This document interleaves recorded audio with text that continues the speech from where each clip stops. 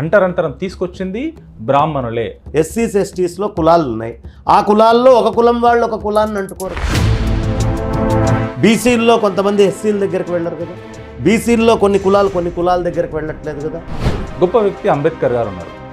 ఆయన ఫోటో వాడుకొని ఈరోజు నాస్తికులు జై భీమ్ అని చెప్పేసి వాదన వినిపించుకొని వస్తున్నారు.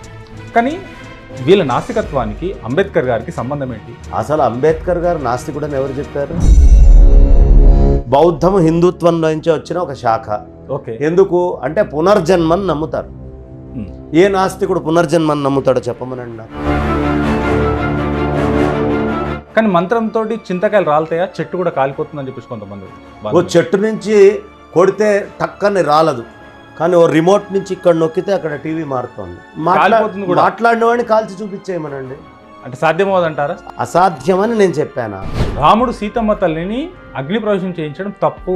ఏ స్త్రీనైనా సరే శ్రీమూర్తి అన్నప్పుడు అగ్ని ప్రవేశం చేయించడం తప్పు.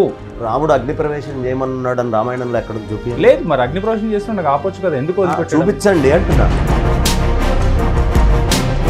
నాన్ వెజ్ తినకూడదు, కానీ రాముడు నాన్ వెజ్ తిన్నాడు. నాన్ వెజ్ తినకూడదని ఎవరు చెప్పారు? విష్ణుమూర్తి అంశ కదా. విష్ణుమూర్తి అంశ అయితే యుద్ధానికి వెళ్ళేవాడు ఏం పప్పన్నందిని కూర్చుంటాడే ఇంటి మూల? దేవుడు నాన్ వెజ్ తినకూడదు కదా సార్. మరి అది ఎక్కడుంది? మీరు ఏ పుస్తకంలో ఉందో నాకు చూపించండి, నాకు తెలియదు. తపస్సు చేసుకుంటున్నాడు. వీడి యొక్క ఈ విధి వేరు.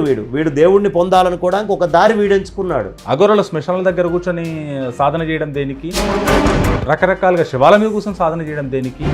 బ్రాహ్మణులు ఇలా చేస్తున్నారు, చేతబడి చేయడం కూడా ఇది దేనికి? హిట్లరు ఎటామిక్ నాలెడ్జ్ని తీసుకొని వెళ్ళి జపాన్ని నాశనం చేశాడు. అదే ఎటామిక్ థియరీ తోటి అద్భుతంగా లైట్లు ఇస్తున్నారు, కరెంట్ ఇస్తున్నారు, అవసరమైనటువంటి చాలా సదుపాయాలు దాని నుంచి చేస్తున్నాం. రెండు సైన్సేగా.